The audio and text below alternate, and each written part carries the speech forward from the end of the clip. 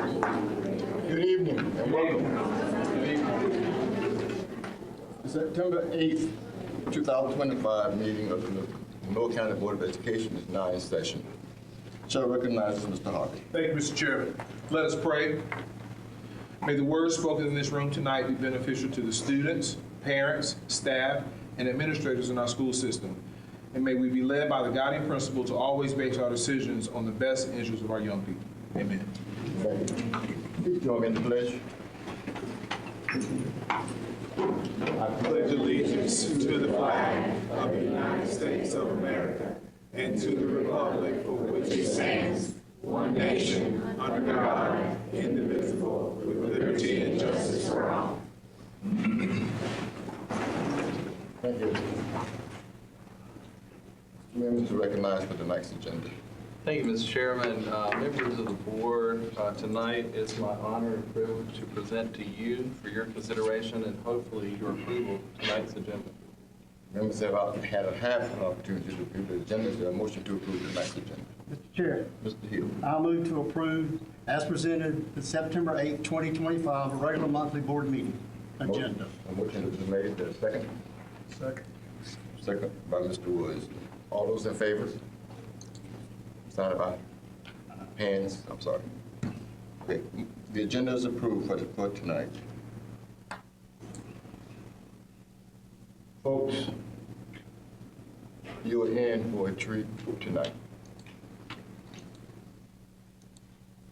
We know up here that Monroe County Schools is on a shot to the moon.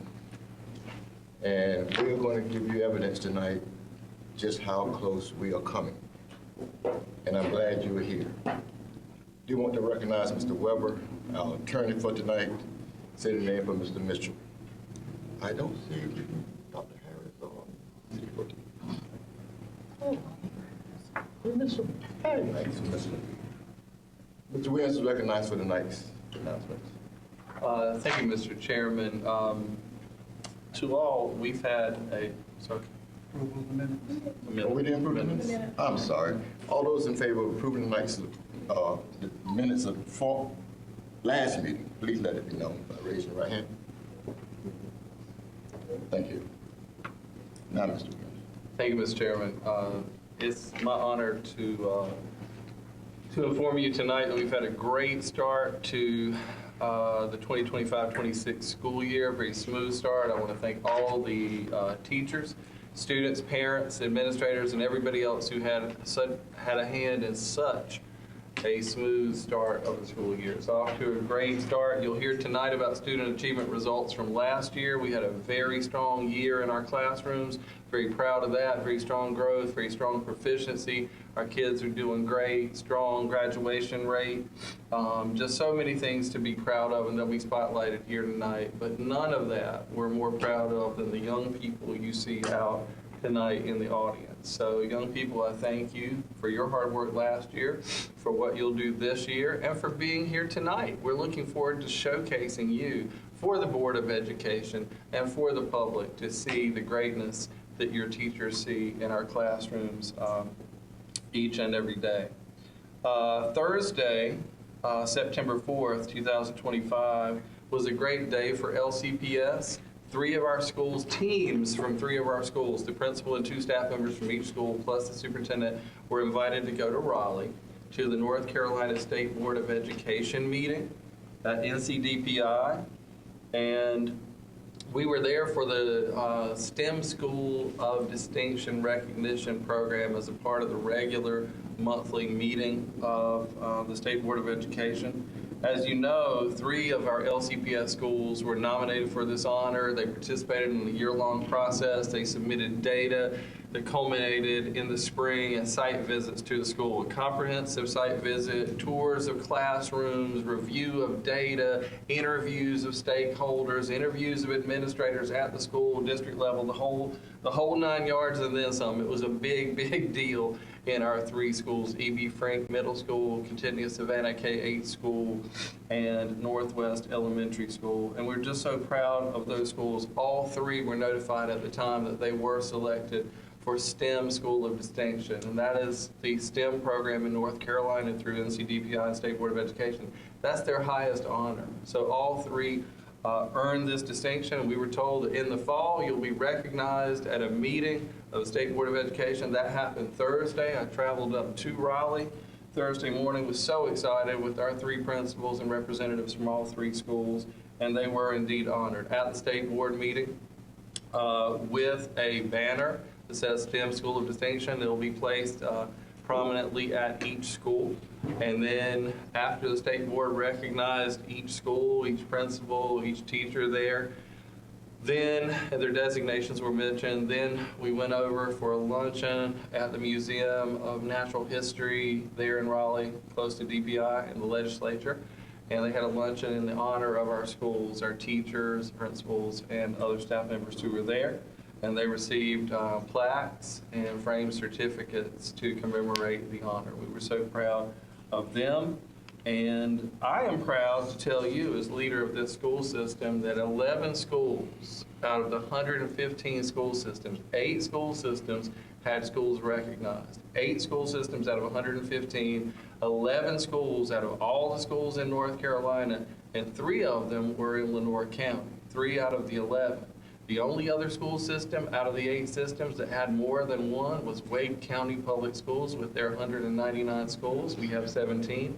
So proud of Wake, but even more proud of us, and excited about that. So the only other one in the Southeast region with a school of distinction this year was Onslow County Public Schools, so congratulations to them. But so proud that LCPS had more STEM schools of distinction than any school district in the state of North Carolina. And that's really, really proud. At this time, would you join me in giving, and you're going to hear a presentation about this tonight, so I don't want to steal all their thunder, but I do want to mention that. That's huge. Would you join me in giving all of our STEM teachers, our STEM students, and our STEM administrators, everybody who worked so hard on this, and all the other teachers in the school who worked to earn this honor at E.B. Frink Middle School, at CSS, Continuous Savannah K-8 School, and Northwest Elementary School. Let's give them a round of applause.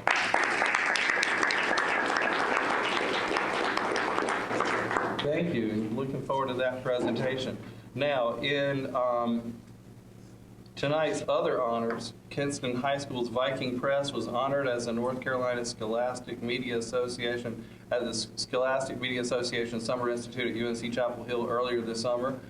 Nina Gibson received an honorable mention for yearbook copywriting, and Lamani Taylor won the overall award for the same category. Avani Holt finished her team as the VP of the yearbook on the student board of NCSMA, and Lamani Taylor was named next year's VP of News. Advisor Sabrina Foray was also inducted as Advisor Board President. The yearbook staff earned first place in social media engagement and honor for yearbook in statewide competition. Congratulations to them.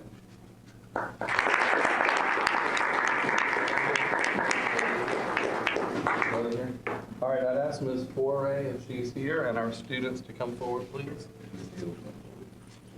Mr. Hill is going to join.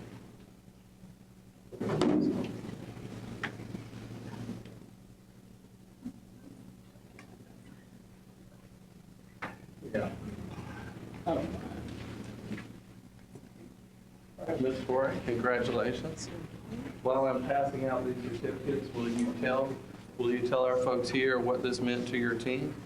Yeah, so this summer, this was one of the biggest teams we've had in a while. They were in college courses doing like a boot camp with different teachers from across the state. And it also let us have after classes. We met in the resident hall and made plans for this year's yearbook. They got a little bit of the college experience, making independent choices, working in classes, and preparing for this year's yearbook. We're really proud of them, and we're excited to see what this year's publication looks like. And this is for the whole yearbook staff. Okay. Any of you, one, maybe two, would like to share and amplify what your advisor said? It's a pretty big deal. I see Lamani here has 2 certificates. Congrats to you. What were those 2 for? These 2 were for the being inducted as the Vice President of newspaper, and the second one was being the overall winner for. Do you think attending this conference and meeting other people from yearbook journalism programs across the state helped you and gave you a different perspective on what you're doing there at Kinston High School? It definitely showed us the bigger picture and what we're actually working towards. Outstanding. Anybody like to add anything else? We're really proud of you. Let's take this. 1,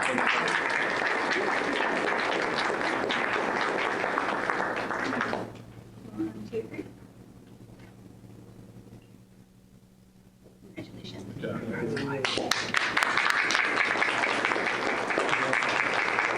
this time, I'd like to call forward Ms. Brooklyn Payne. I'm very proud of Brooklyn. So Brooklyn is part of something we're building. We're building this plane as we're flying it, but we're trying to create, we have so many apprenticeship and pre-apprenticeship programs in LCPS, and we're partnering with all these businesses. We're partnering with Spirit, we're partnering with Crown, we're trying to put together something with Smithfield. We'd like to do something with West, with Electrolux, with all the industries around. And City of Kinston is a big partner of ours now, but our most fundamental partnership is right here, to grow our own teachers and to make partnerships right here. And Brooklyn is an important step in that. And she is our first. We've had a partnership. We've had a partnership with Lenore Community College for a long time. We've had a partnership for almost 10 years with NC State University to bring NC State grads here. We've had all types of partnerships out there. We're just putting together a new partnership with East Carolina, a new partnership with University of Mount Olive to grow our own teachers and to really sponsor them in their studies, and then they come back and work for us for a period of years for service repayment, kind of like our own teaching fellows. So we're really proud of that. Brooklyn has graduated North Lenore a year early, I believe. Really excited about that. And she's continuing her studies, and I'll let her tell you the rest, but we're really so excited. We're impressed with her. She has strong aptitude and potential for being a teacher, and she's just really excited about next steps. You want to tell them about, because we've got some teachers out there, and you want to tell them what your interest in, how your interest in teaching began and why you're excited about becoming an LCPS teacher. Well, I've always had a passion for seeing minds grow, and I was actually the assistant coach the previous summer, and the current summer I was the head coach for the Holloway Sharks swim team. And just seeing the kids light up, and whenever they finally got it, it was honestly a treat. And I think that kind of made it where I wanted to continue through the years and in the future. Brooklyn, you want to tell them what you'd like to teach? It might sound a little crazy, but math. That does not sound crazy. That doesn't sound crazy at all. I say higher. That's great. Well, we're really excited, and Brooklyn's one of our first to go through this program, and she's the first with the exact paradigm she's following, and we're looking to build that new partnership with East Carolina and really get a strong pipeline going with ECU and the other schools. So really tickled about that. How are your classes going so far? So far, pretty good. This should have been her senior year in high school. She graduated a year early, and she's getting on with it. So tickled for her. And I'm told her principal and others at the school tell me she's going to be an outstanding teacher. She has their highest recommendation. Okay. High school, elementary, or middle grade? Middle. Middle school, yeah. There you go. Double higher. I mean, just a little bit, right there. Okay, 1, 2, 3. Congratulations.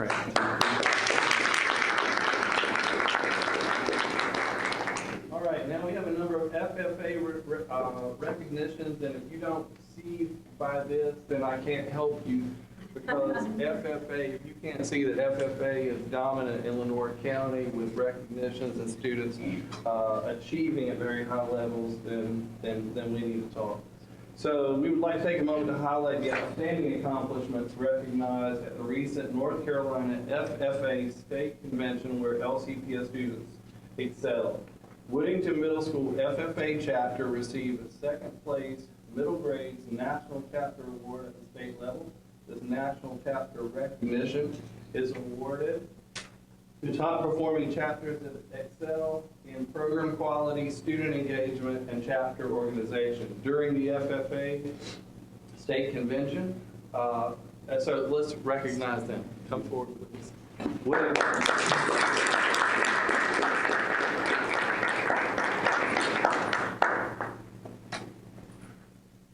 So during this state convention, was this the first state convention for you guys? Was it? They didn't. This is a new officer. Okay, the brand new officer team. This will be a great honor because of the year coming up. But congratulations. And you guys have heard this before, but our FFA advisor, Jessica Jones, is up for a state level award, so we're excited. She's a finalist for that and got her fingers crossed. When do we find out? December 5th. In December, and she'll be at next board meeting, and we'll be recognizing her there again. You guys excited about that, an FFA there? You know, it's still fairly new. Whittington was the first middle school in Lenore to have it. And, well, she's correct. She's saying second middle school, technically the second. But Whittington was the first one to start achieving the honors, to get the greenhouse, to get the working with the rabbits and all the small animals and all those things. We're really excited about that. And so you guys are trailblazers. Are you excited about that? I've been to one middle school ag banquet, and that's been at Whittington Middle School, and really proud of that. And it's great. If you guys have never been to an FFA banquet, it's all student-led. The advisors don't do anything. The kids do all the leadership. It's literally a master class in student leadership at the middle school level. So proud of them. So proud of you guys.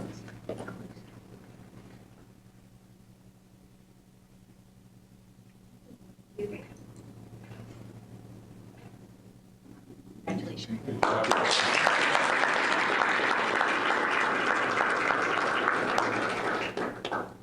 Guys, I hope you guys come back with years and years of awards.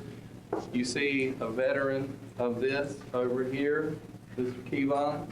I've seen him for years coming in here winning awards, and FFA, big part of your life. Yes, I'm sir. talking about him in just a second. He's a graduate, and he can tell you he's on the other side of the fence now in college, as some of our other honorees are.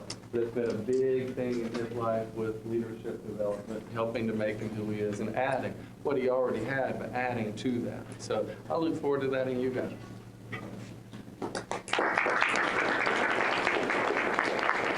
Our recent LCPS graduates continue to shine at the North Carolina FFA Convention. North Lenore graduates Hannibal Heath and Sydney Richard earned their American degree. The American FFA degree, considered the gold standard, is the highest FFA degree. It is awarded to the high school graduates and members and other members with demonstrated leadership, community service, academic success, and outstanding SAE programs.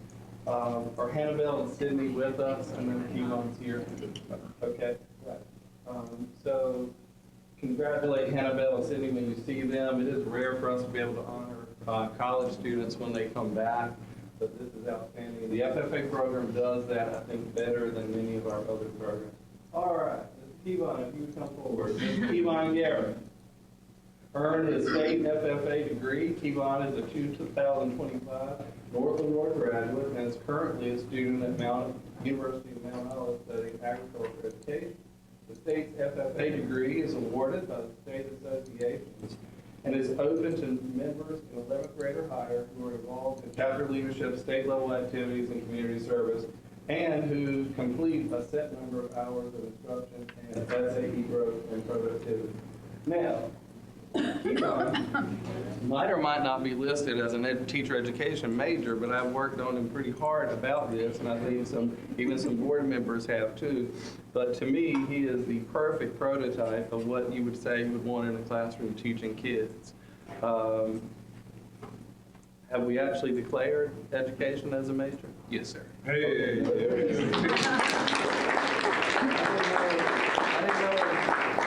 I didn't know if Kevon had decided yet. We decided, but I didn't know if you had decided, but that's great news for you. Well, you have a home in LCPS, and I'm telling you, I think anybody who's worked with you would say that you would be exactly what we want in our classroom. So we hope you'll come back and invest here with our kids.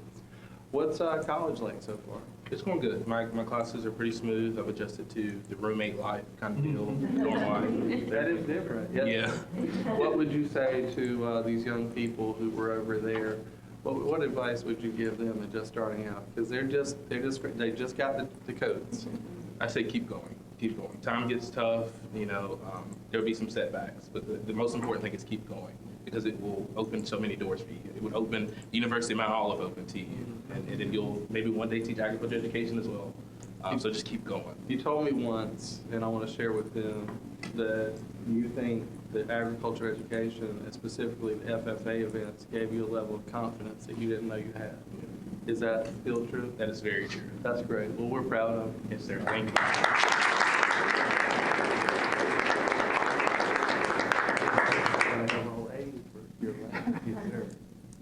1, 2, 3. Congratulations.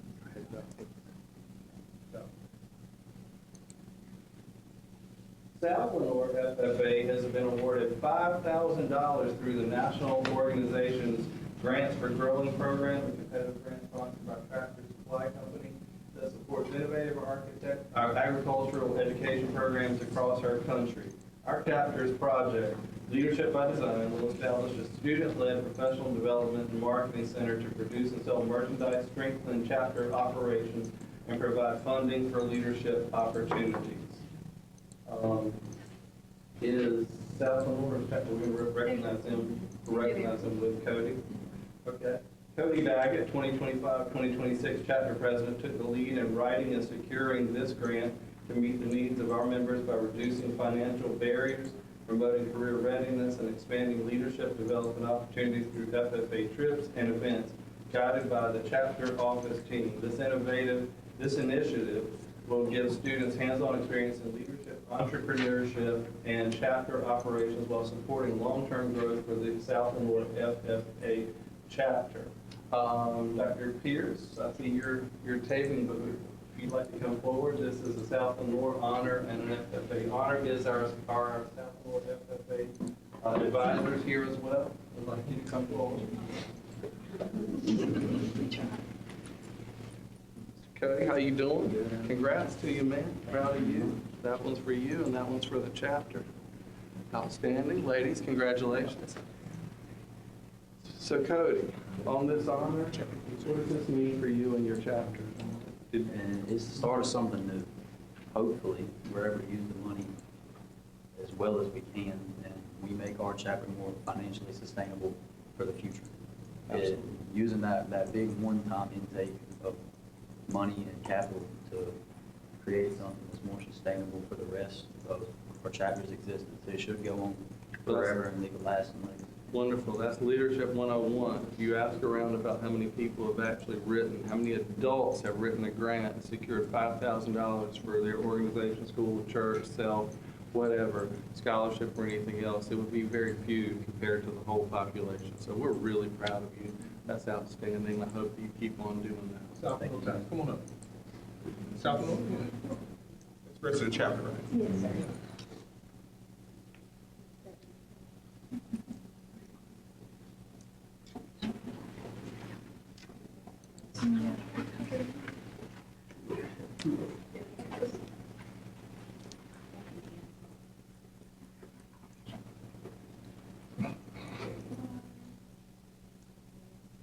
You got it.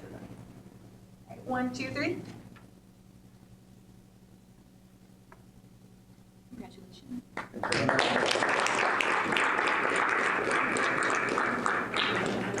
All right, Natalie Rich was from South Lenore, was selected to serve as chair of the Growing Leaders Committee for the North Carolina FFA delegate body at the state convention. She worked alongside state leaders, officers, and FFA members to help shape organizational policy and initiatives. This year, 5 South Lenore FFA members were recognized at the North Carolina FFA State Convention in June for earning their Old North State degree.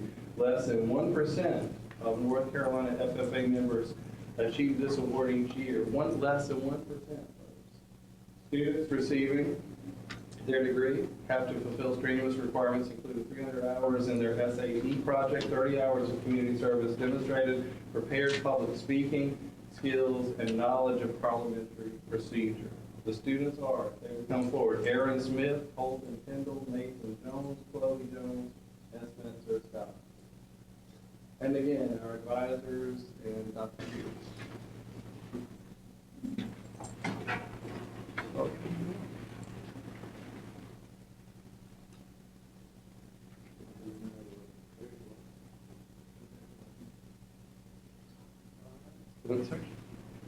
Congratulations, Mr. President. Mason. Holden. Proud of you, Colton. Aaron. Proud of you,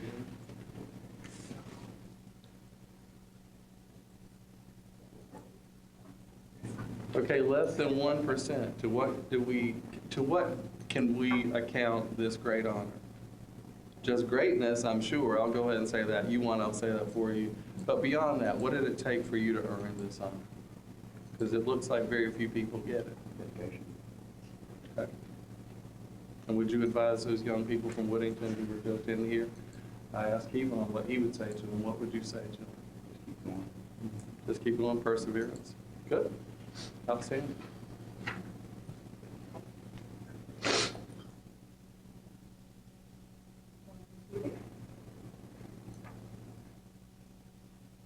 Great job. Thank you.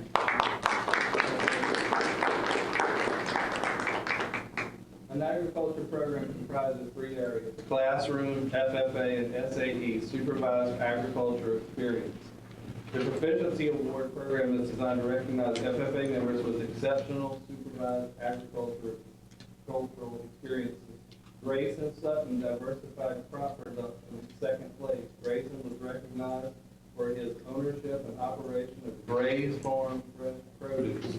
Rachel Noble, outdoor recreation, 3rd place. Rachel couldn't be with us tonight. Rachel was recognized for her management of agritourism at Noble's Tree Farm. Also, Rachel Noble was recipient of the Scott Vernon FFA Endowment Scholarship, $500 statewide, presented to an outstanding FFA member who demonstrates exceptional leadership, academic excellence, and plans to attend the College of Agriculture and Life Sciences at North Carolina State University. Hallie Taylor placed first in the North Carolina FFA Cree Speaking Leadership Development event, showcasing her skills in public speaking and passion for agriculture. She will proudly represent South Lenore High School, Lenore County, and the entire state of North Carolina on the national stage at the National FFA Convention in October. Outstanding. Rachel Noble placed first in North Carolina FFA Employability Skills Leadership Development event, excelling in resume preparation, interviewing, and professional communication. She will proudly represent South Lenore, Lenore County, and our entire state at that same National FFA Convention in Indianapolis, I believe, in October. Correct? Rachel Noble was also installed as the 25-26 North Carolina FFA State President after a rigorous selection process that included multiple interviews, speeches, knowledge exams, and extensive evaluation board reviews. During her year of service as State Vice President, Rachel will represent North Carolina at the state and national level. She will advocate for agricultural education and inspire future leaders across the state. This position reflects Rachel's outstanding character, leadership, and dedication. It displays not only her ability to lead, but also her readiness to serve more than 48,000 North Carolina FFA members with integrity, purpose, and unwavering commitment to the future of agriculture. And you remember Rachel, we all know Rachel, love Rachel. She is our Park Scholar, and she's at NC State University, hard at that studying, and we celebrate her, and we celebrate Grayson and Hallie, who are with us tonight. Grayson, great job on the entrepreneurship, running Gray's Farm. Is that an easy task, or have you learned a lot about it? Not easy. Hardest thing, working with the public? Yeah. Managing a budget? No, that's the easy part. Public's the hard part. You know what? You ask every adult in here, they'll tell you that's right. Alex, congratulations. Would you say, is this your first national convention? Oh, wow, Indianapolis, we're so proud of you. She's going to represent all of us. A little bit nervous about it? Yeah. How'd you win this award? It was a lot of hard work, but it was very exciting. It was something new that I've never done before, and I would say just with a big support group behind me, that's all. Do you think what Kevon and Cody said earlier about their advice to the younger ones about just push through, keep on keeping on, and keep doing it? Is that what you'd recommend? Persevere through? Okay, good. Is this FFA convention that you won in the summer, is that what you thought it would be? Honestly, no. Okay. I was excited though. I mean, Wonderful. it was fun. Good deal. Let's come back here and take a picture, guys. Do I need to come make your business over there? Yeah. Get a deal? Give me the discount? Are you ready? 1, 2, 3. Congratulations. Thank you.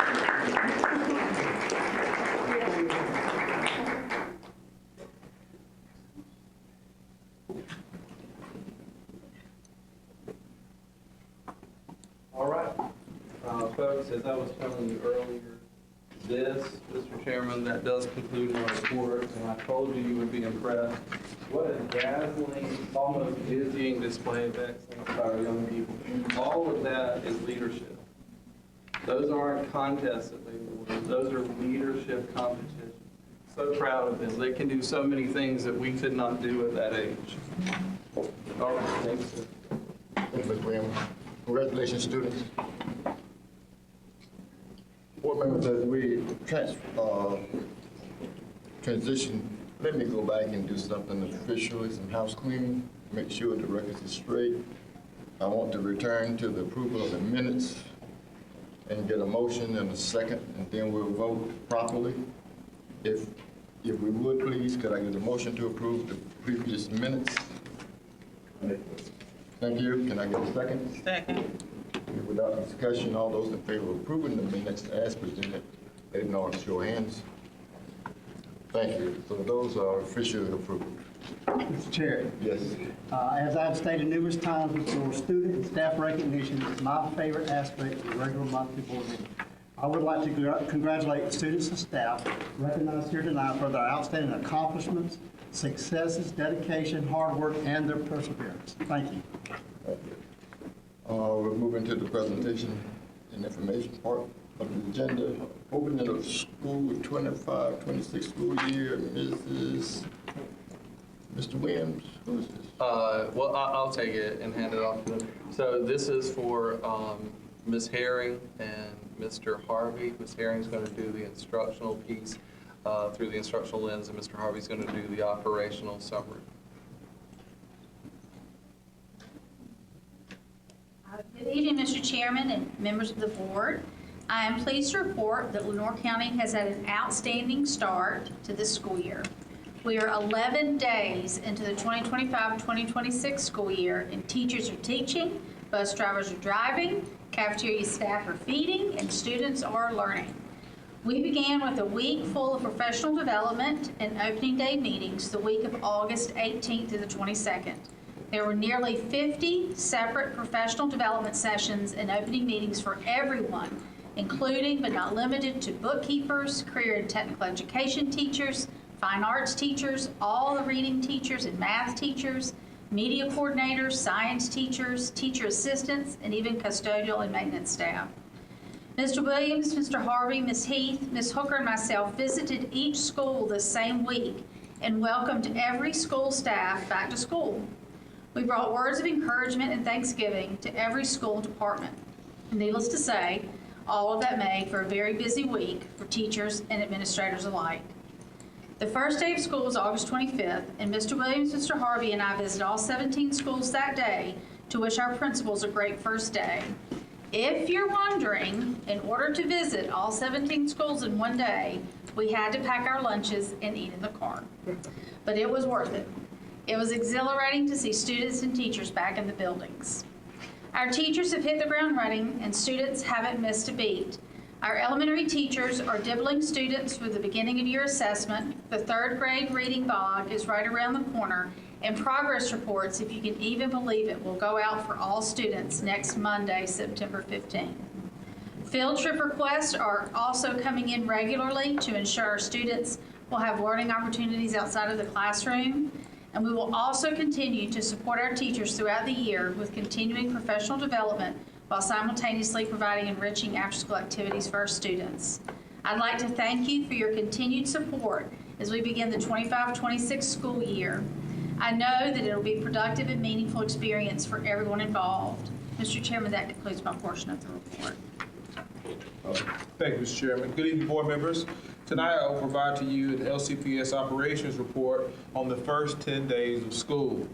I echo the sentiments of Mr. Williams and Ms. Herring. We're truly off to a great 25-26 school year. I first would like to start with our transportation department. Our dedicated school bus drivers have driven over 63,000 miles during the first 9 days of school. This number does not include our activity buses that transports our student athletes to and from their athletic events. Board members, you are also reminded that each bus must be fully inspected every 30 days to be eligible to transport our students. I'd like to thank our team at Transportation for their outstanding work. Now, we do currently have 3 vacancies, 2 at the elementary level and 1 at the high school level. We also have 2 afternoon route vacancies at the high school level. Promo bus driver training classes are offered twice a month in the virtual format. And the face-to-face option is taught 4 times a year. The next face-to-face class will begin on November 17th and end on the 19th.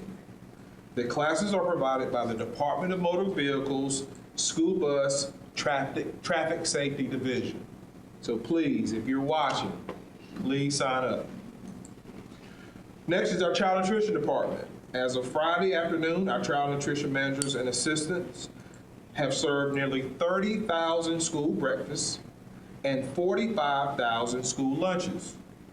We thank them for providing a healthy school option each day to help our students get ready for learning.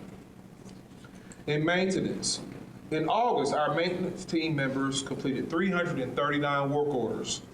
And since September 2nd, only 4 school days, they have already completed 85 work orders. They are on pace to having a record-setting month. We thank them for all of the hard work that they do each and every day. Additionally, tonight you will hear an update regarding the E.B. Frink Middle School project and how far we've come since the literal breaking of ground. In technology, we have transitioned to Infinite Campus as our student information management tool. This was a massive undertaking as the state mandated the transition from Power School to Infinite Campus. All 8,000 students and their entire school records, along with over 1,000 staff members, login and controls have been migrated over to the new system. We thank our technology team members for assisting these efforts. Finally, in athletics, we are well underway with our fall sports seasons. Our schools are entering conference play in volleyball and soccer and will do so soon in football. We wish our student athletes and coaches much success as we push into the heart of their schedules. Thank you, and I'll entertain any questions you may have regarding the operational update. Any questions for the team?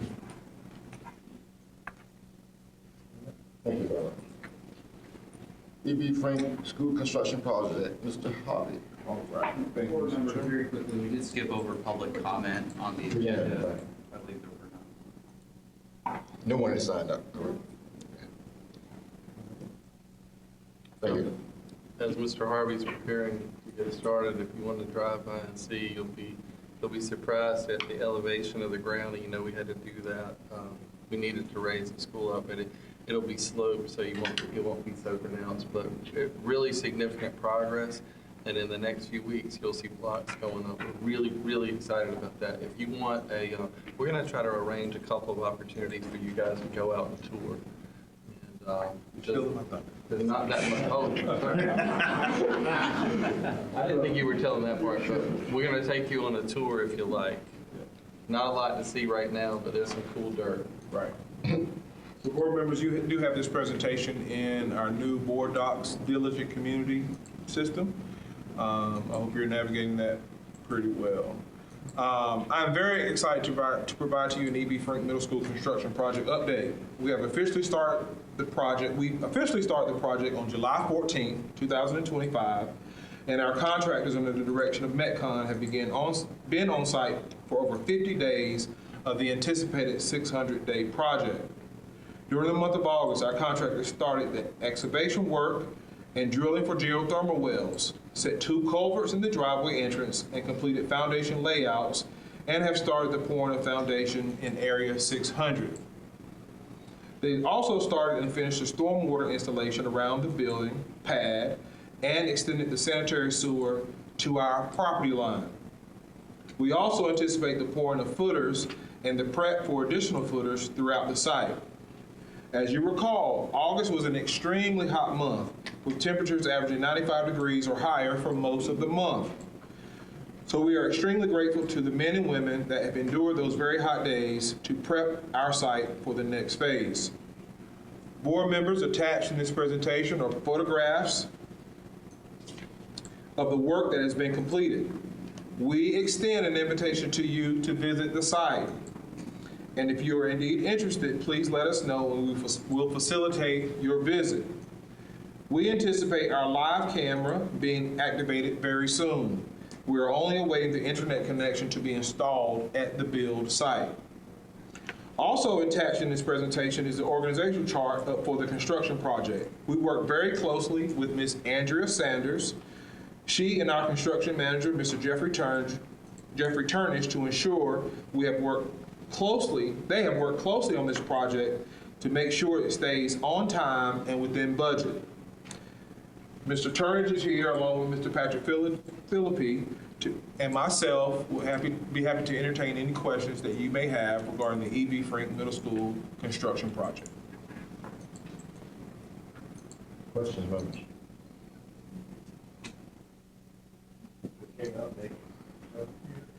Thank you, Ms. Oak. Jeff, Yes, sir. is everything going well? Yes, sir. Well, thank you.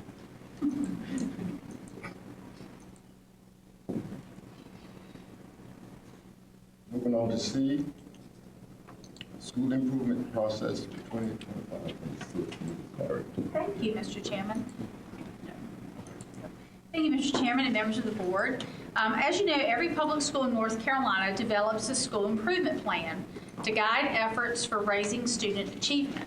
This work is led by the school improvement team, which includes the principal, teachers, support staff, and parents as required by state law. The school improvement team reviews data such as test results, attendance, discipline, and stakeholder feedback to identify the school's most critical needs. From this analysis, the team sets a small number of strategic goals that align with district priorities and state expectations. For each goal, the team outlines clear action steps, specific strategies like professional development, instructional changes, or student support initiatives. Each school improvement plan is submitted to the Board of Education for approval every fall, then implemented and monitored throughout the year. The school improvement team regularly reviews progress and adjusts strategies as needed. The school improvement plan is very much a living document that is adjusted and tweaked all year long. This process ensures that school improvement in North Carolina is collaborative, data-driven, and accountable, with clear connections between identified needs, goals, and measurable outcomes. As part of the continuous improvement process, each principal in Lenoir County presents their school improvement plan in September to the district in an effort to provide the schools as much support and feedback as possible. These presentations are scheduled for next week as outlined in the schedule uploaded into board docs. We would love for all of you to attend as few or as many of these presentations as you are able. We'll meet here in the boardroom. Since this is an ongoing process, the principals will present on their plan's progress in January, and as soon as that schedule is finalized, we will get it to you. I'll be happy to answer any questions you may have.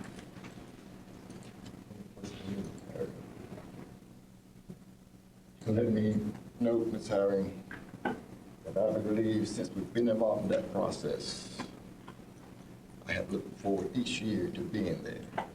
This year I have a scheduling conflict. Oh, no.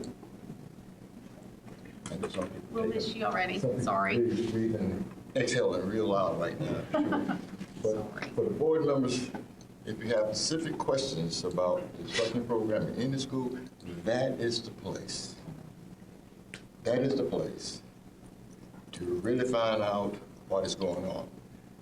I would like to tie that process that you just mentioned with our next process, D, and let you see the results of that process. So we will move now to the overview of testing data for 24-25. This is hiring and the curriculum team. Thank you so much. Let me get this presentation out. There's still more schedule, but that's not part of the presentation.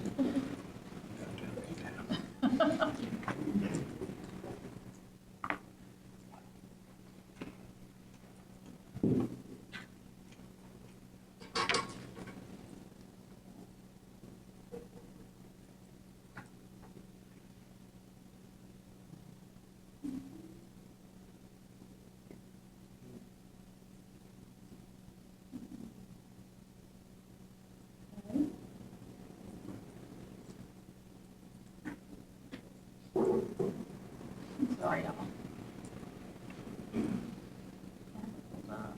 Just can't get it to here.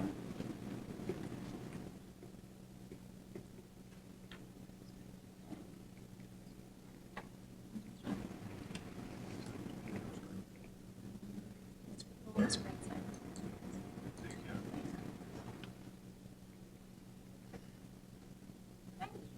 Thank you, Mr. White. This evening, the grade span directors and I would like to present the 2024-2025 end of course testing results to you this evening. We'd like to start with highlights from the data. There's 4 slides worth of highlights, so if you'll just bear with me for just a moment, and then I'll turn it over to our grade span directors to go through the specific data by grade level and subject area. The data will tell you the following. We're happy and pleased beyond measure to report that Southeast Elementary School exceeded growth and went up a letter grade. Can we also point out that it went from being one of the bottom 5% of elementary schools in growth in North Carolina to being one of the top 5% in growth in North Carolina? That's a huge swing, folks. That's a one-year swing. A lot of work, a lot of intensive intervention, a lot of hard work by school staff, district staff, the whole team.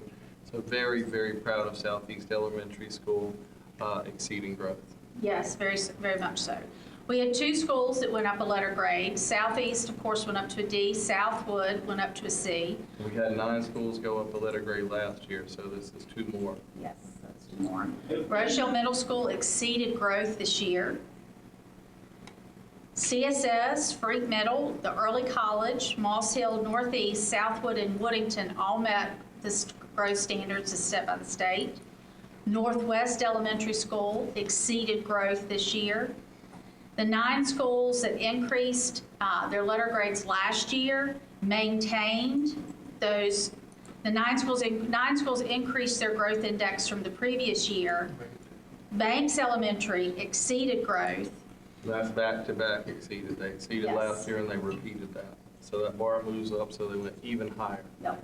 LCPS 5th grade science proficiency is above the state average and still an increase over the previous year here in Lenoir County.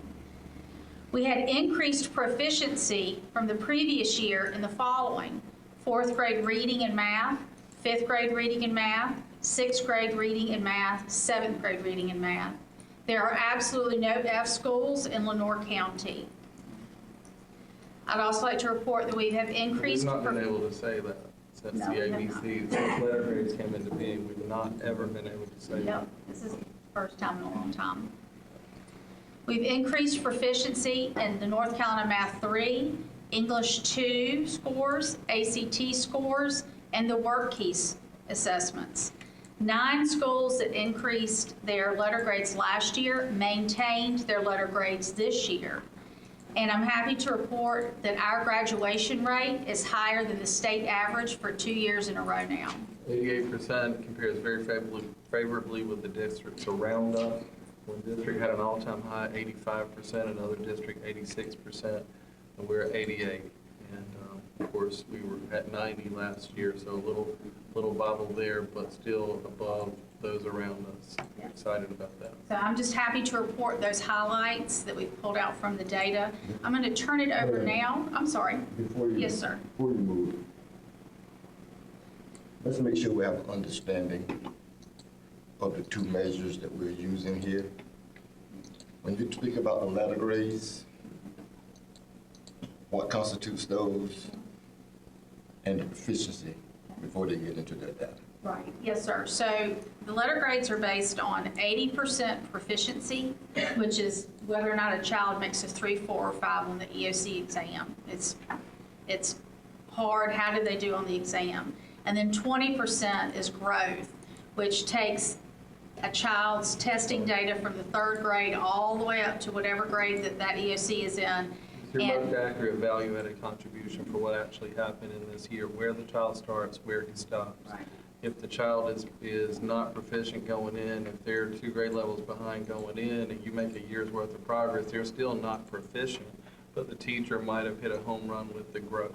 That's what we're saying. So it's 80-20, 80% proficiency, 20% growth. So that gives. And there's a lot of talk in the General Assembly and in education committees, and certainly in DPI and State Board of Education, about making that proposal. Catherine Truitt, when she was state superintendent, now I think Superintendent Green's looking at it too, about making a proposal to make it 50-50, or even to switch it the other way, 80% growth and 20% proficiency.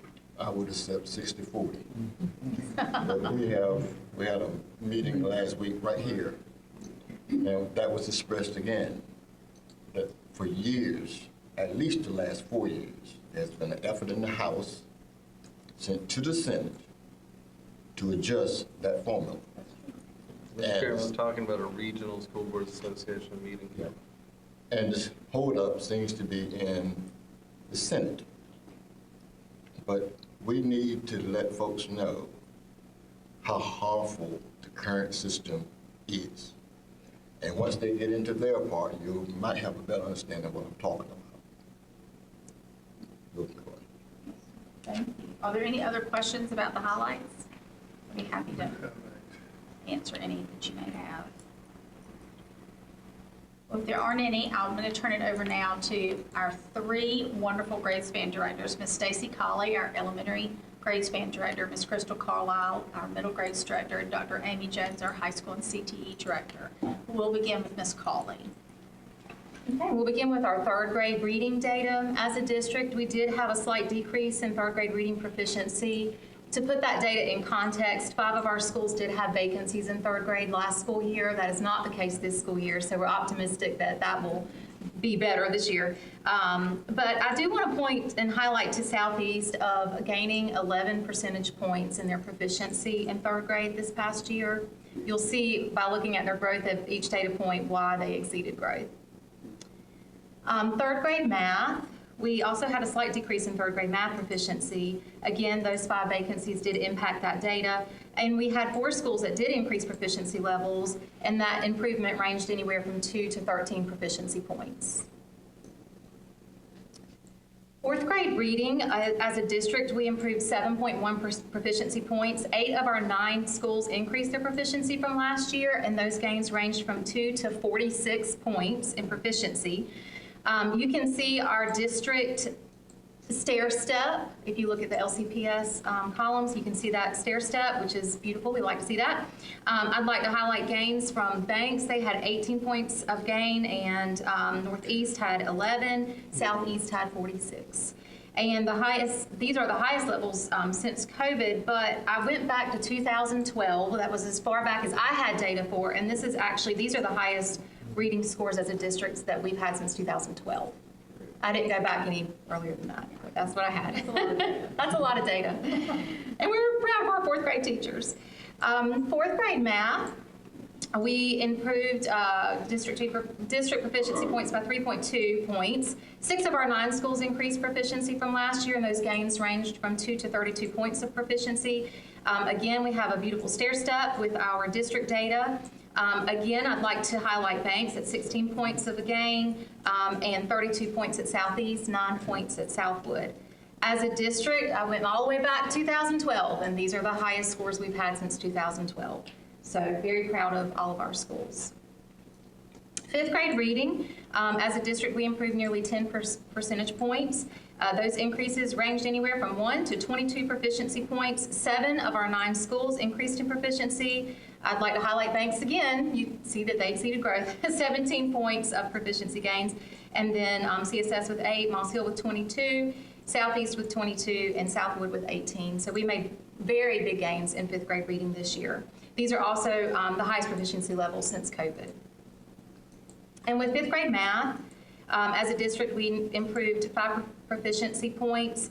Those gains ranged from 8 to 20 points, and 7 of our 9 schools increased in proficiency. As a district, our 5th grade math scores are actually the highest since 2012 as well. So we are moving and shaking in 4th and 5th grade. And then science, this data did not come out until recently, since it was a new test. But our students, as Ms. Herring commented before, did exceed proficiency levels from the year before. And the new test is definitely an intensive focus on literacy as well as scientific concepts. So we are very excited about that. Our points of gain ranged anywhere from 3 to 27 points in gain. Ms. Colley's right. You didn't see those of you at the retreat. You didn't see this because we didn't have it. This just dropped. Are there any questions about the elementary data? The elementary science helped a lot of our schools in terms of proficiency tremendously. I'll turn it over to Ms. Carlisle for our middle school data. Thank you. Good evening. In grade 6 reading, I'm happy to report we do have an upward trend as you look back from 22-23. Now we're making incremental gains over the last 3 years, so we're excited and feel that we're moving in the right direction related to 6th grade reading. You'll notice Rochelle had a very nice increase, and similar to Ms. Colley, when I look back to the data, all the way to 2012-2013, this is the highest proficiency for Rochelle Middle School in 6th grade reading. So very proud of the work that all of our teachers are doing, but particularly they have some very intensive efforts going on, and the work is paying off. If you look historically, that same data, you'll see making growth, not making growth, making growth, not making growth, making growth, not making growth. The consistency of making growth every single year. Teacher turnover going down, teacher satisfaction going up, student achievement going up. It all goes hand in hand. It's synergy when that happens. So proud of Rochelle and the entire team there. In 6th grade math, we also have an incremental upward trend. You'll notice that Rochelle and Woodington have the highest proficiency rate that they've had in 4 years. We did have a 6th grade math vacancy at Frink Middle School with a retired returning teacher for about half a year, but no doubt that was an impact to their proficiency data.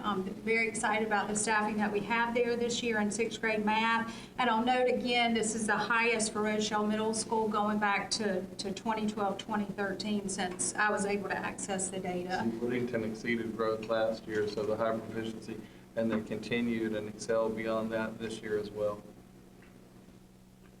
7th grade reading, we also are showing an upward trend. We've got a good recovery over last year. You can see about a 10 percentage point increase in our proficiency, again for 7th grade reading. Rochelle Middle School, the highest in 4 years, but we're up across the board at all of our middle schools, so we're excited about that. And grade 7 math is the highest that we've had in LCPS in 4 years. That is the same for Frink Middle School, Rochelle Middle School, and then both Contenia, Savannah, and Woodington have higher proficiency rates in 7th grade math. And you can see we're just so very close there to the state average, so we're definitely going after that this year. With 8th grade reading, Our proficiency rate is lower this year. It looks like a decrease, but you'll see in our cohort data, it's not a decrease for 8th grade reading when we're looking at that same group of kids, same group of students. So it looks like we've decreased here, but when you look at the progress that was made when these same students were tested in 7th grade reading, there's actually some progress there. This is our grade 8 math and math 1. It's a combined grade level proficiency rate. We do have a decrease here. We had quite a few vacancies in 8th grade math, so we had some challenges there. Not the same level of challenges this year so far, so we're very optimistic that we'll be able to make a recovery here, but we do have some intensive support within our middle school math across the board, so we'll continue working on that. 8th grade science, and again, this is new data. This pains me a bit because you can see quite a decrease, and I do want to add some context here. Our 8th grade science teachers are absolutely amazing. They are content experts, and what you typically see is very close to a 70% proficiency rate for 8th grade science. So we did implement new standards last year. We got a new assessment, and then the norming process happened over the summer. You can see these results are difficult, especially in terms of composite scores, because this proficiency is 80%. So when you look at middle school composite scores, these scores definitely impacted us and made it more difficult for our middle schools. However, I will say this did figure into our growth, and all of our middle schools did meet their growth measures for this past year. So we've got a good plan in place. Dr. Harrell, our STEM coordinator, and myself will be working with our 8th grade, 6th and 7th grade as well, because we know you don't just learn science in 8th grade, right? It's going to build over time. So we've got a good plan for really helping our science teachers understand how to tackle this new assessment. Can't be just vocabulary driven. It's got to be a little more comprehensive. So we're going to work hard on that this year. So this is our cohort data. The easiest way to read it would be if you start across the 3rd grade row and you find the green box that says 37.4. Those children are now or just completed 5th grade at the end of this past school year. So what we've done is we're tracking the students as they go through each grade level. This is for reading. You can see that they have steadily, if you follow those green boxes, from 37.4 to 47.8 to 48.3, they have steadily increased each year. With the kind of red color boxes, the 50, so those were students who just completed 4th grade. So when they were in 3rd, the average proficiency was at 50, and then when they were in 4th, it was 54.9, so they grew as well. And then the yellow, the 41.5, that's our students that just completed 3rd grade. Okay, and for grades 6, 7, and 8, you'll notice that middle school reading is showing good progress for those cohorts year after year. So for example, earlier we referenced 8th grade. It looked like our proficiency was down, but when you look at that last box for grade 8 with the 38%, when they tested 7th graders, they were at 33.4, so that shows some good progress. So we're seeing that across all of our reading in each of our grade levels in middle school. This is the math cohort data. So again, if we start with the green box across 3rd grade, that 53.3, those children just graduated from 5th grade this past school year. And when they were in 3rd grade, it was 53.3. 4th grade, it was 51.3. But then in 5th grade, we got them back up above to that 56.8. The red box, when they were in 3rd grade, it was 61.1. It did drop slightly to 54.5 this past year in 4th grade. And then with our 3rd graders this past year, they're starting at 58.2. And in grades 6, 7, and 8, here we've got to really take a look at, making sure we've got some increased proficiency rates, which is good. That's 80% of our composite. But when we're looking at progress within the cohorts, we've got a few slips here, so we really need to take a look at our instructional practices. We're looking at our common formatives, which we take periodically throughout the year, and we want to make sure those are very tightly aligned. So when students are assessing within their classroom, if they're not mastering those standards, we've got quicker data and we can respond more effectively. So we do have a plan in place. And we feel good about the alignment of our formative assessments and how Yes. frequently we assess now. We just do have some concerns about science and the changes in the science curriculum, and to make sure that those formative assessments align the way the ELA and math assessments have. Yes, absolutely. In our 7th grade, we noted an increased proficiency there, and you can see even within their cohort data, they moved from a 42 to 45.5. So we've got some progress in there, but we don't want to take our eye off it. We really need to continue to work there. Are there any questions for middle school? All right, we'll turn it over to Dr. Jones for high school. Certainly. All right, NC Math 1 is reported as 2 different achievement groups. The middle school NC Math 1 group is comprised of students who qualify to take NC Math 1 as 8th graders. Ms. Carlisle will discuss those scores in just a minute. High school Math 1 is comprised of students who did not take Math 1 in the middle school but take the class as a 9th grader. LCPS had a slight overall gain in Math 1 as a district, but I wanted to point out the 5 percentage point increase at North Lenoir High School. Math 1 is a focus area for our high schools, and we are working intensively with those classes to provide instructional and alignment support. We want to get those 9th grade Math 1 numbers up. And regarding Math 1 at the middle schools, you'll see our proficiency rates are pretty steady. We did see a little decrease at 2 of our middle school sites, and in each of those cases, we did have a vacancy in the 8th grade team, and those are the same teachers. So we'll be working through that, but I'm optimistic this year that staffing is a little more stable. And Math 1 is far and away our greatest concern at the high school. It's our greatest need, our greatest deficiency at the high school. And so it's specifically where we're directing our strategic planning and intervention efforts and additional support efforts for our high schools this year. Up to and including bringing in folks from other districts who have had success with this and coaching our folks. And that's the model that worked at Southeast Elementary School, by the way, this year. And we plan to use that same model for our high schools.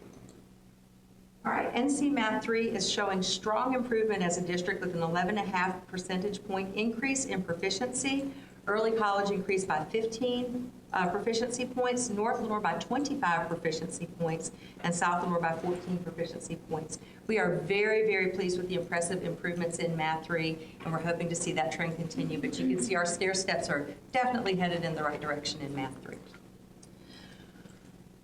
Math 3 school performance grade. The Math 3 results that I just reported are for all students that take Math 3, but the state does not include all Math 3 scores in the school performance grade proficiency and growth calculations. The only Math 3 scores that are included in the calculation are those students who took NC Math 1 as an 8th grader. This means that a very small percentage of the Math 3 scores are included in the growth and proficiency calculations for high schools. This chart shows you the proficiency percentages of the students whose scores are included in the calculation. Kinston High School at 75% proficiency, early college at 100%. North Lenoir had a 16 percentage proficiency point increase to 96%, and South Lenoir 12% point increase to 97%. These are very strong results in Math 3. Math course rigor is the percentage of students who pass NC Math 3 during the school year. This is included in the school performance grade. Every traditional school and the early college boasted over a 95% passing rate for NC Math 3. This puts us directly in line with the state average for math course rigor. LCPS continues to improve in English 2. The district showed an overall increase, which has been the trend for the last 3 years. I'd like to highlight North Lenoir High School, which showed a 3% point increase over the previous year, but a 10 percentage proficiency point increase over the past 4 years. South Lenoir showed great improvement from the previous year with an 8 proficiency point increase. English 2 keeps moving in the right direction. Our stair step is looking good. ACT has been a focus area for the district since the 2020-2021 school year. In order to be considered proficient on the ACT, students must meet a 17 for the composite score. LCPS increased 13 proficiency points over the previous school year, with the traditional high schools and the early college all increasing their proficiency levels. Kinston High School showed a 16% increase. North Lenore posted a 19 proficiency point increase over the previous year, and South Lenore showed a 9 proficiency point increase over the previous year. So we're making some strides with ACT. Students who are seniors and who have completed a career and technical education pathway while in high school are eligible to take the Work Keys certification. Work Keys is a workplace readiness assessment that is used by employers to assess career readiness skills. There are 5 Work Keys levels: no recognition, bronze, silver, gold, or platinum. Students who score at the silver, gold, or platinum levels are considered to be proficient. LCPS increased Work Keys proficiency by 9 proficiency points over the previous school year, with Kinston High, North Lenore, and South Lenore all increasing their Work Keys attainment with gains of 1 to 10 proficiency point increases. The AWA counts in the high school proficiency performance score, the school performance proficiency score. The AWA is a combination of high school seniors' ACT scores and Work Keys scores. The ACT score is pulled from the student's 11th grade year, so last year's ACT results. If a student did not score the minimum composite score on the ACT but took the Work Keys as a senior and scored silver or better, the student is considered proficient for the AWA indicator. LCPS increased the AWA indicator with every school showing an increase in proficiency from 1 to 15 proficiency point increases. We are definitely moving in the right direction on our AWA indicator. We've already celebrated the 4-year cohort graduation rate, but we cannot celebrate that enough. The 4-year cohort graduation rate continues to be a point of pride for LCPS. We have exceeded the state graduation rate for 2 consecutive years, this year with an 88% graduation rate. North Lenore showed a slight increase, and South Lenore is holding steady at 88%, while the early college boasts an impressive 100% graduation rate. Whew. Do you have any questions about the high school data? Yes, sir. Ms. Carter, you mentioned earlier that you went back to 2012. I can take you back further than that. Because in 2000, I had to do what you just did. I had to present that testing data. And I'm here to tell you folks, I have never seen a performance like our teachers and staff pulled off last year. And I want you to understand why I'm so disgusted about the fact that we have 8 schools that have to carry the label of D. We have 6 at C. We have 2 at B. I just want to drill on the ones that got D so that you understand something. If I'm not mistaken, 6 of the 8 schools that received D's missed it by less than 9 points. 1 school missed it by 1. And this is something that your staff's probably need to know. That 1 probably represents 2 kids. 2 kids who just put that pencil down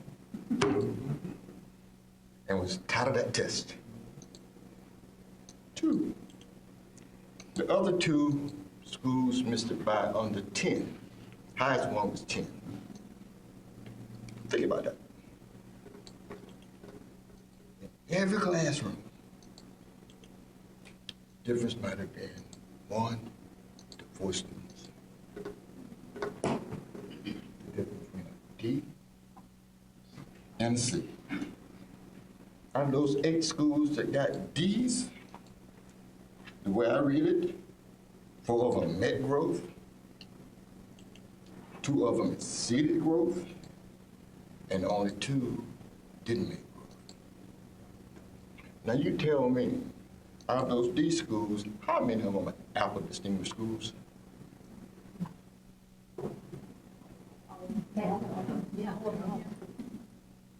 That's why I say that's so unfair. you can let our folks know, and I want Lenore County to know how personally proud I am of what you've done, and I hope you stick to the process. You're that close. Congratulations. Anyone else?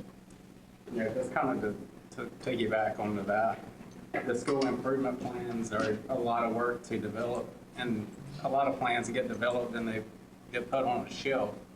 But to me, the results here is demonstrative of just how well we're working those plans. A lot has to go right for a student to receive a year of growth in academic and character each school year. So you have to hit the ground running. And you don't see this happen without you guys being prepared. And for the teachers, when an issue is identified, you guys are finding the issue, one, is key. But then you've got a mitigation plan in place to address it. And so it shows the teachers are receptive to the change and the students are receptive. They're responding. So it's definitely commendable what you guys are doing, and it just permeates throughout the school system, into the households. So thank you guys.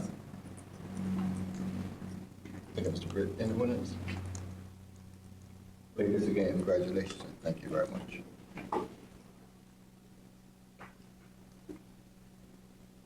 And now for more D's. Dr. Harrell, with NC Schools of Distinction recipients.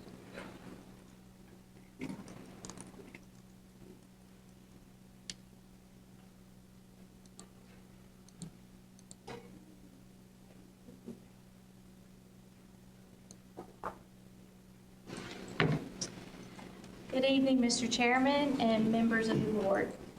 Tonight, we are really happy to celebrate the incredible progress LCPS has made in STEM education. Our schools are not just preparing students for the future, they are leading the way in North Carolina. You'll hear about the schools already recognized as STEM schools of distinction and learn how many more are preparing to take that next step. This is a story of growth, sustainability, and leadership, and we're proud to share it with you tonight.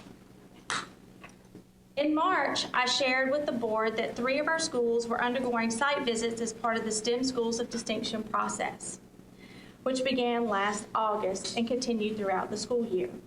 I'm proud to report that all 3 schools, Northwest Elementary, E.B. Frank Middle, and Continue Savannah K-8 School, have now officially been recognized by the State Board of Education as STEM Schools of Distinction. This recognition is highly competitive. This year, only 11 schools across the entire state received the honor. Of those 11, Lenore County Public Schools accounted for 3 of those schools. In math terms, that's 27.3% of the total, making us the district with the most schools recognized this year. Northwest Elementary earned the designation of Model School, the highest level of recognition in the STEM School of Distinction process. E.B. Frank Middle and Continue Savannah K-8 were recognized at the prepared level. All 3 schools were formally honored at the September 4th State Board of Education meeting in Raleigh, where they were celebrated with a luncheon and presented a trophy and banner to proudly display on their campuses. Tonight, we're pleased to showcase each of these schools to give you a small glimpse of why they received this honor. They will share highlights of their STEM culture and the innovative practices that set them apart.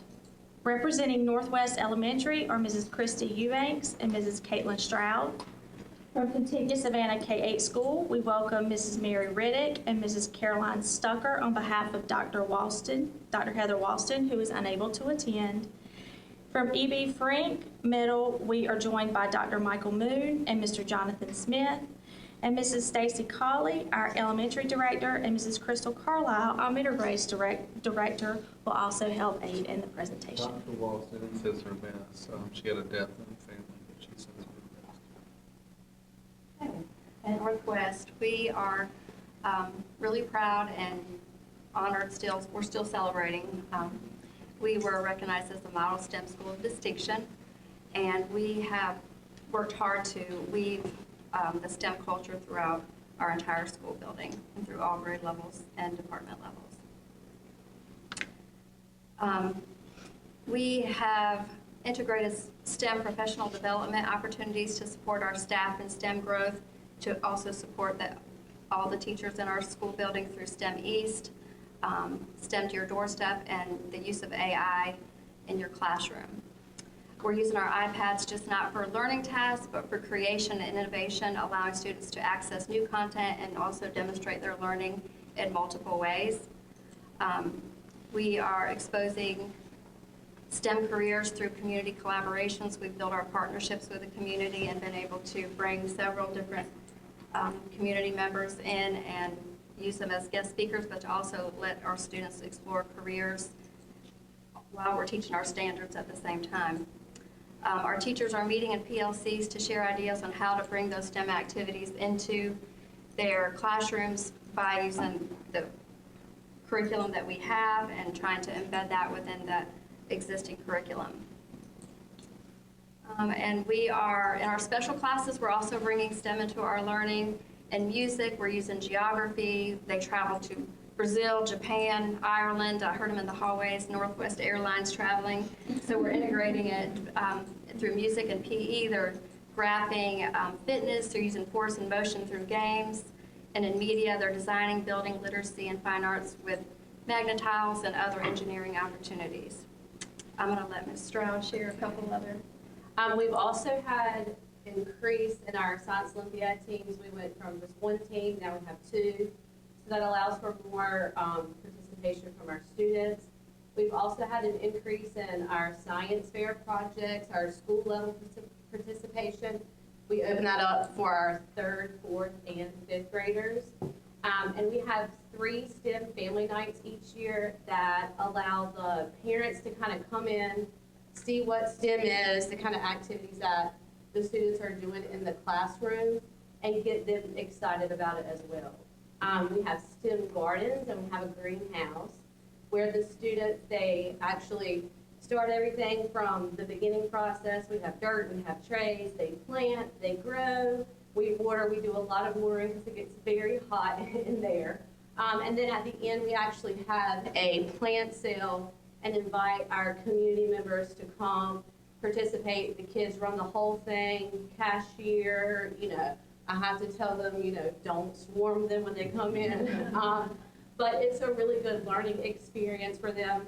And I feel like it encompasses just more than like growing a plant, like real life experiences. And LCPS has $0 in any of that stuff, the greenhouse and the heater for the greenhouse and the chicken coop, all that. It's all grant funded. The teachers have made that happen through competitive grant process.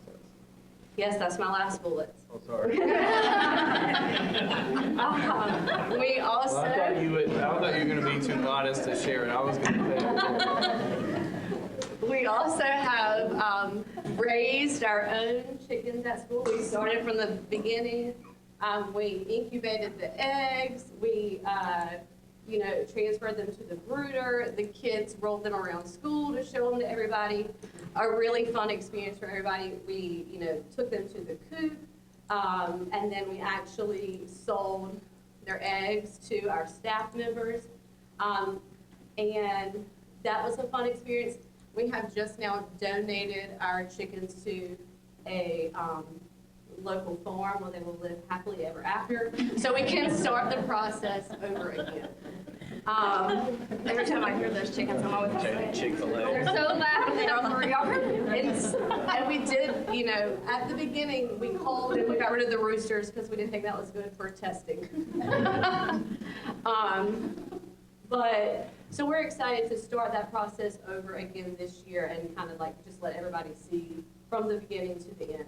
And then at the end, yes, so grants. So all this stuff, most of it is funded through teacher written grants. And I went back and I saw I started counting, I was like at 30,000 of just Northwest between Donors Choose and Bright Ideas, a lot of Donors Choose. Chamber grants, where, just for the chickens. just for the garden and the chickens. So all of this is really made possible through the teachers, like being enthusiastic about STEM, writing these grants, wanting to get these materials and lessons into their classrooms. One of the assessors made this comment I'm going to read to you on the slide up here. In their final comments when they came to visit our school, one of them said, in examining the quality indicators of the rubric, the team offers one particular area for extended growth, identified per the STEM Schools Progress rubric. With regard to key element 5.1, which was STEM Schools Network, the team anticipates that you will no longer remain a hidden asset within your local community. Quoting one reviewer, "They are a real gem here. With greater networking and collaboration within your district, state, and across the nation, the team is excited to see your infectious culture expand to new horizons and benefit many other educational settings beyond your own." So we're very proud of that, and we're excited to continue networking and expanding, what we're doing across the district. And Yeah, I would just love to add, as someone that is able to come in from the outside, I think what really impresses me is that it relates so well to the curriculum, to the standards. It's not just fun STEM stuff. It really is related to the math concept they're learning that day or to the science concept that they need to learn. And that's exciting to know that it's really on point. And of course, the kids want to be there. They want to learn the content because being able to do an activity that is centered around that helps them understand it better. One of the reviewers noted today we were over there that Jordan Hudson's PE lesson was a masterpiece of science instruction. How often do you hear that in an exercise in sports science PE class? And they were talking about the science and mathematics integration. And she was basically teaching science that day. And I thought, well, how powerful is that? And just the engagement that it brings. We could say STEM is, STEM, but it increases the engagement with the students, and then therefore that is full circle back to the growth and proficiency. Thank you. Next up is Savannah School.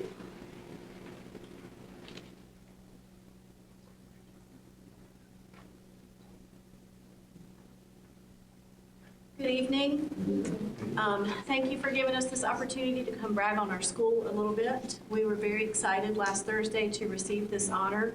It was a lot of fun, and the process for us was very enlightening to find when you actually dig into what you're doing at school.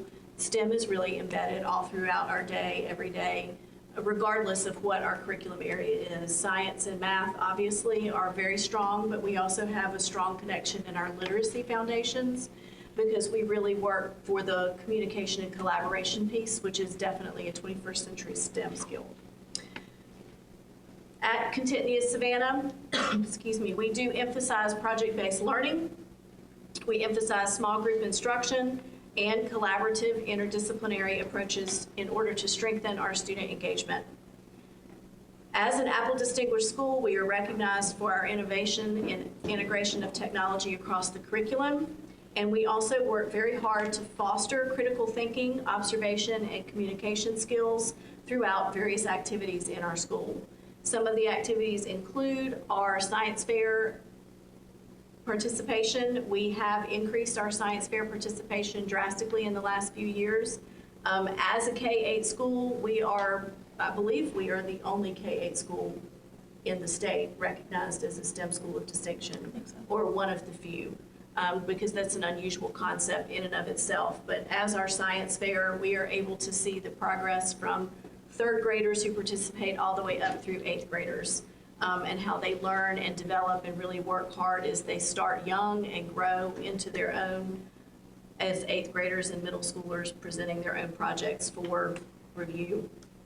We have a lot of students who participate at the regional level, and we have a lot that also continue to go on to the state level as well and are able to reach others in the state with their project ideas.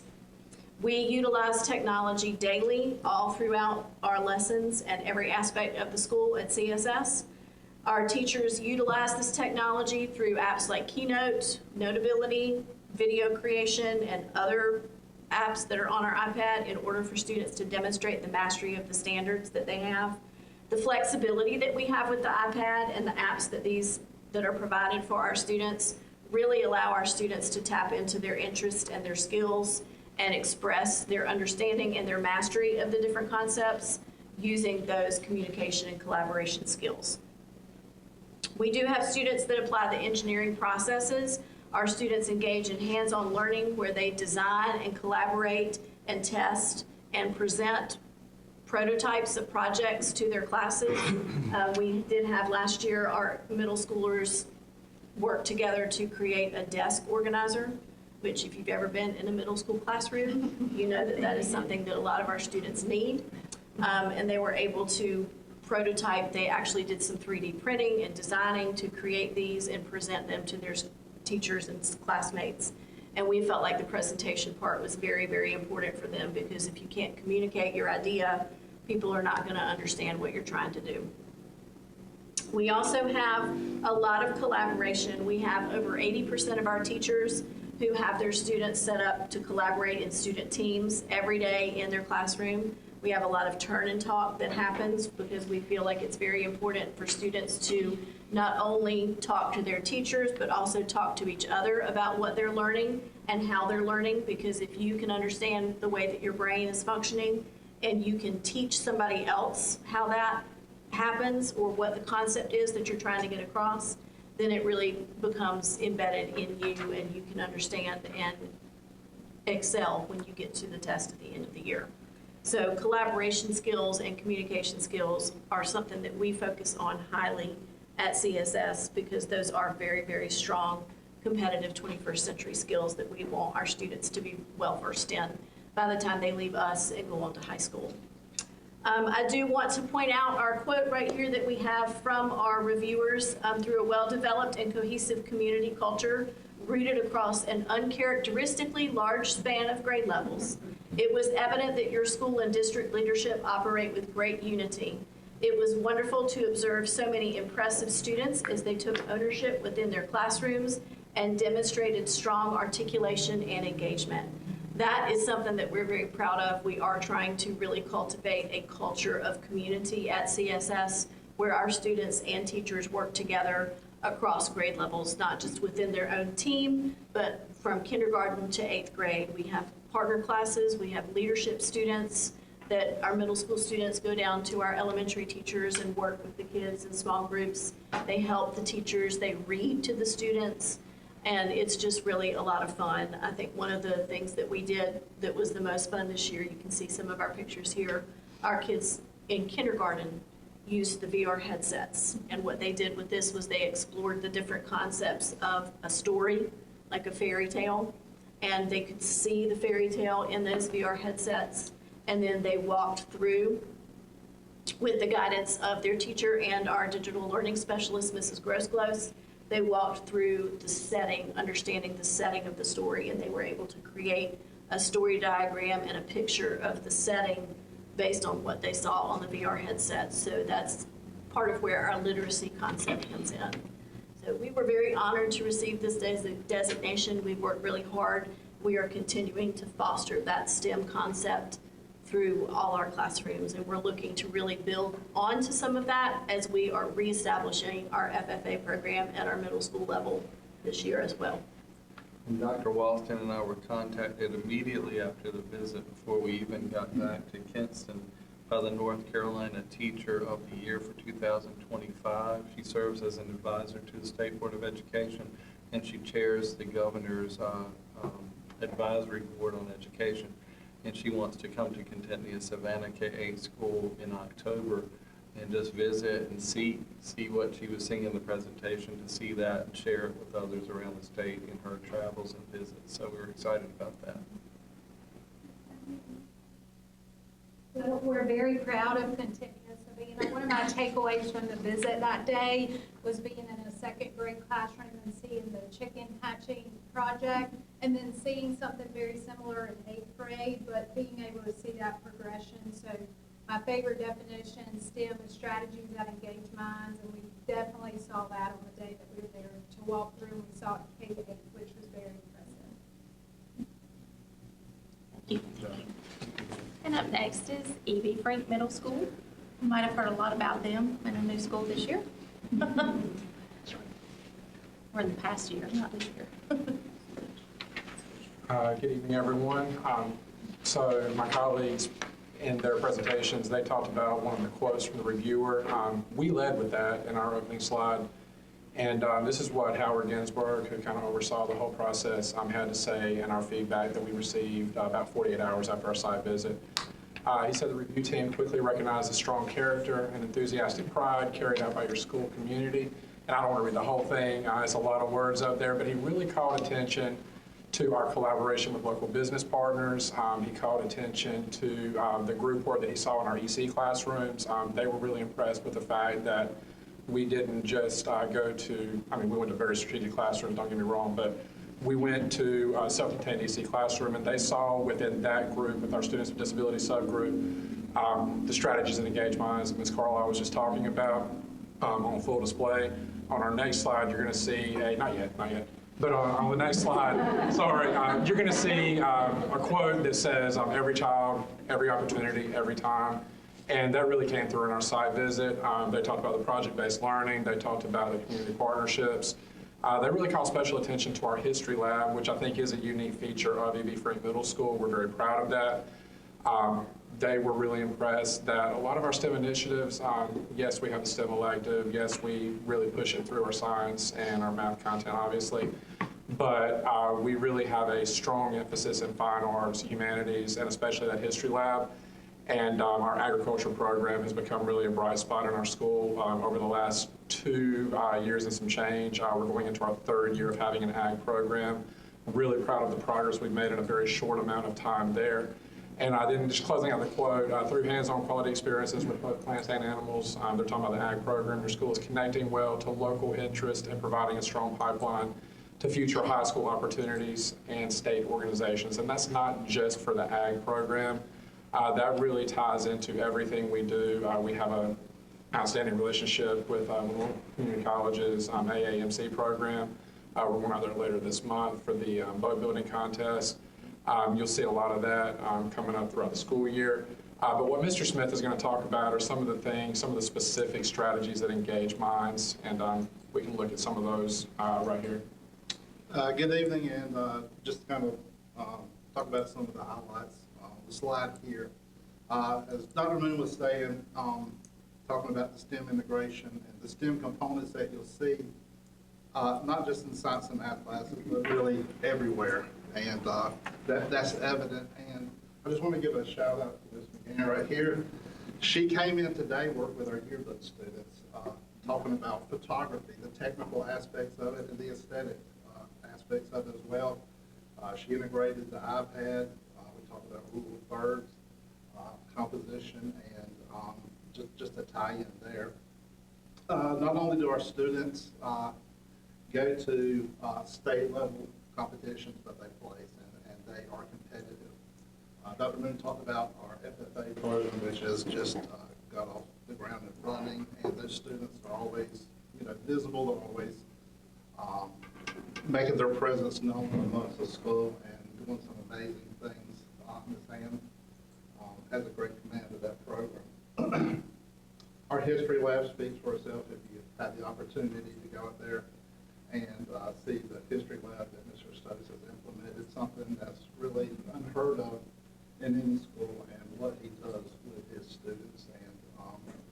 And they compete as well. They go to ECU every year. He's in the National History Day program. He started off kind of getting to know that program, and he got his students on board. Went there the first year, kind of saw what it was about, and then after that, it's just been our students have shown a strong presence in that. We were proud to win second place last year. Dr. Moon said he's always thought about we did in first place for our video contest that we ended last year, but it's just our students just showing. Deadline's approaching on that for this year. But it's just showcasing what our students do each and every day. And it was easy to create that video. We didn't add any fluff. It was just looking at the things that we do each and every day. Of course, we're already into our grant writing. Students, teachers, we have already have some donors choose grants that are funded, and we're well underway with our Bright Ideas campaign. The dollar amount there speaks for itself. And of course, bringing back our intervention program this year, and it's been very successful in the past few years, and bringing those students up. And then just, of course, as Dr. Moon talked about, our partnerships, and actually today, the beta launch we had on hand at our school, the students got to experience that. The beta box he's talking about, that's a mobile STEM lab that has come out for 2 years now. Students get a chance to work on some hands-on lessons. They were working with a circuitry lesson today, doing a collaborative lesson. Tomorrow they're going to be working with some autonomous vehicles, some drones. They're going to be out there flying drones, scooting all over the parking lot. So if you want to come out and see that, we'd love to have y'all. But just those STEM experiences, we're always looking for ways to incorporate, again, those strategies that engage minds for students. It is deeply embedded in everything we do. We're immensely proud of the efforts that our students and staff put in each and every day, and it was an honor and privilege to showcase what we're all about at Frink.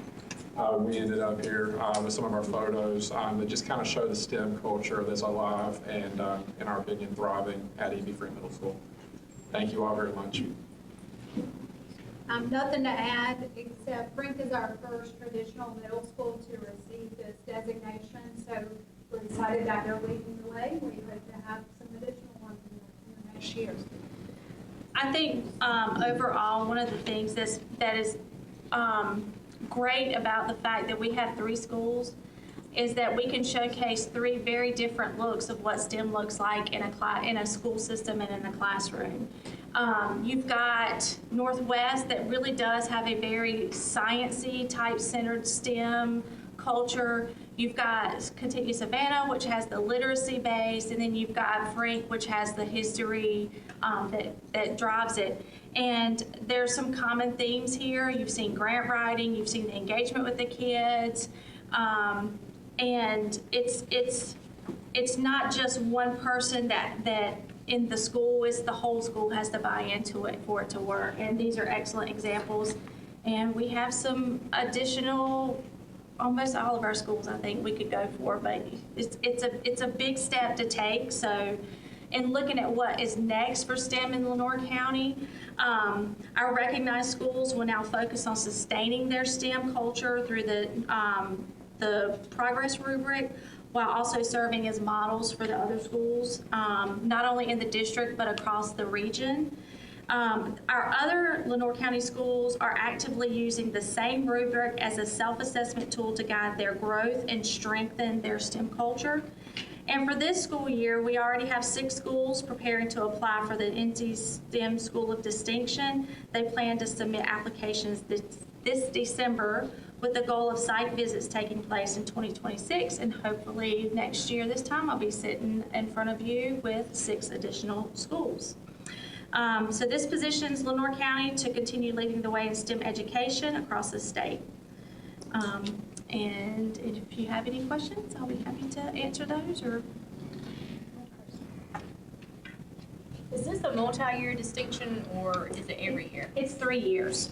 It goes 3 years. The process is you do the application. It's good for 3 years. You go through a shorter reevaluation tool after that. That's good for an additional 3 years. And then at the end of those 3 years, you go through the whole process again.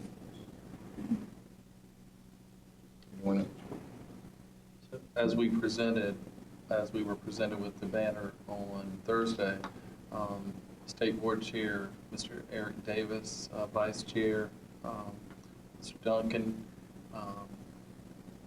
Jill Kamnitz, and Reggie Keenan, all board members, complimented us and said this pretty much the same thing, and so did Mr. Mother Green, our state superintendent. Keep them coming. And they asked how many are coming next year, and I said 6. So we're applying for 6 next year. So it's a pretty bold move, but we'll hopefully take 6 more there. Mr. Chair, I don't have a question, but I would like to congratulate Northwest Elementary School attending Savannah K-8 School and E.V. Frank Middle School for the distinguished recognition. As it's been stated, there were only 11 schools statewide that accomplished this outstanding feat. And as was stated, Lenore County had 3 of them. And I know that's 27.3%. But we're passing, we're rounding up, but we round that to 30%. Yeah, absolutely. Yes, We can round it to 50 if you want. I think this speaks volume and magnitude for the outstanding employees and staff of the Lenore County Public School Systems. Thank you to the employees and staff for your continued effort to make Lenore County Public Schools as successful as possible. Thank you, Ms. Hart. Dr. Hart. Financial report, Mrs. Hooker. Make it exciting. Good evening. Presented tonight is the August 2025 financial report. The report summarizes budget and year-to-date activity for all Lenore County Board of Education funds as of August 31st, 2025. In addition, it presents the local unadjusted current expense fund balance as of the same time frame. If you have any questions, I'll be happy to answer them for you. Thank you very much. Yes, sir. Thank you. We move to the action portion of the agenda. School Resource Officer Contract for 25-26. Mr. Howard. Thank you, Mr. Chairman. Board members, before you tonight is the 25-26 Lenore County Sheriff's Department School Resource Officer Contract and Memorandum of Understanding. We have an outstanding working relationship with Sheriff Jackie Rogers and his team. I would also like to highlight Sergeant Josh Gardner, who serves in a supervisory role for the SROs that serve our schools. The contract for the 25-26 school year is for $533,468.06, which includes 6 full-time SROs, an elementary school rover / supervisor, and the DARE officer who serves our elementary and middle schools in the service area. I'll be happy to entertain any questions you may have regarding the contract and MOU. A motion to approve the contract. Mr. Chair, I move to approve as presented the School Resource Officer's Contract and Memorandum of Understanding for School Resource Officer Services for the 2025-2026 school year. Motion has been made by Mr. Hill. Is there a second? I have a second by Mr. Britt. Is there any further discussion? If not, the motion is called. All those in favor, show of hands. Without effect. All right.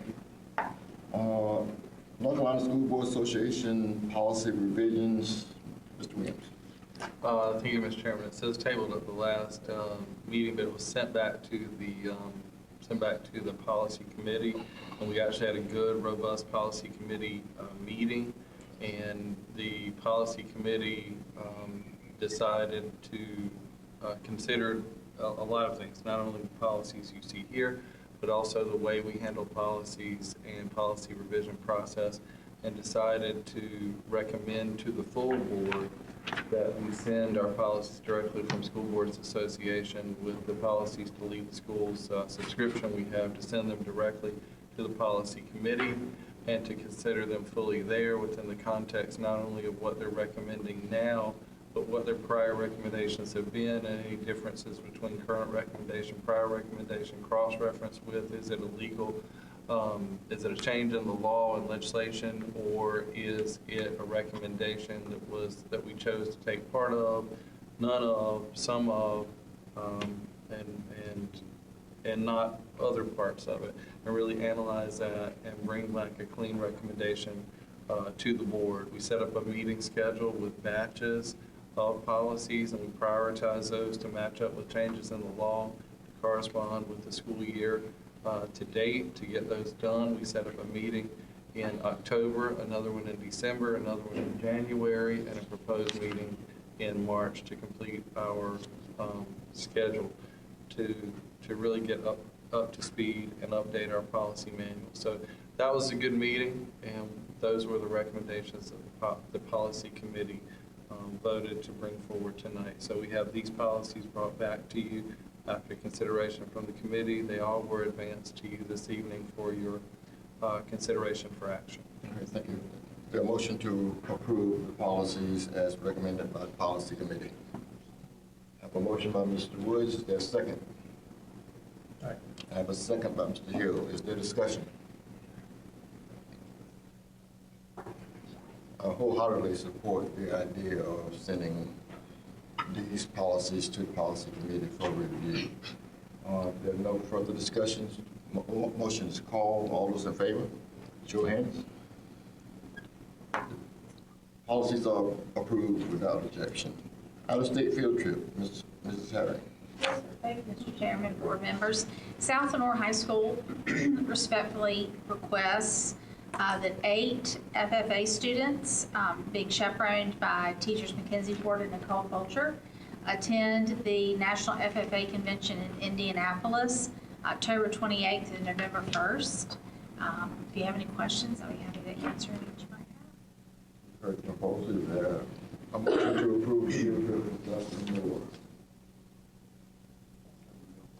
Okay, I have a motion on Mr. Britt. Is there a second? Second by Dr. Oliver Starkey. Any discussion? Hearing none, the vote is called. All those in favor? Approved. Thank you. Chair will entertain a motion to enter into closed session. Mr. Chair, Dr. Oliver Starkey. I move that the Lenore County Board of Education go into closed session under North Carolina General Statute 143-318.11 to prevent the disclosure of confidential personnel files to consult with the board's attorney in order to preserve the attorney-client privilege and to consider matters relating to the initial employment of an individual employee. We have a motion to enter closed session. Is there a second? Second. I have a second. Ms. Davis. Any discussion? None. I will call. All those in favor enter in closed session. Let them all show hands. We're now in closed session. Okay, folks, welcome back. Chair is open for a motion to approve the personnel report. Mr. Chair, before you do that, I will need to recuse myself from the personnel recommendation discussion and vote as I have an immediate family member listed on the personnel recommendations. I'll let the record reflect that I will be recused as well. Same reason. Is there a motion to approve this personnel report? Is there a motion?